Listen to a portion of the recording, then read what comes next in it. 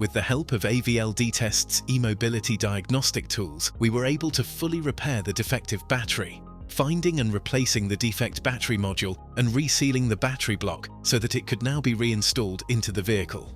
We will check once more if the car is voltage-free using workSAFE. Following the software's instructions to measure HV+ against HV-, HV+ against chassis, and HV- against chassis.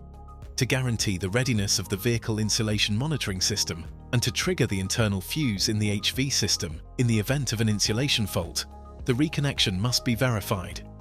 The equipotential bonding measurement is performed between all exchanged components and the vehicle chassis with an allowed value of 100 milliohm maximum. With workSAFE, this low-resistance connection can be reliably and accurately checked, as well as documented with a 4-wire measuring technique and the reporting function. We reconnect the vehicle's 12-volt battery and service disconnect.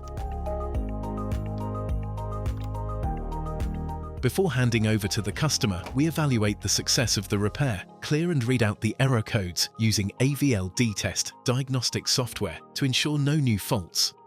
A complete log of all measurements is stored as proof of successful repair. This is important to have a proof of the correct repair in case of possible consequential damages or damage claims. The vehicle's battery has been successfully repaired with AVL DiTest's e-mobility diagnostic tools and can now be returned to the owner.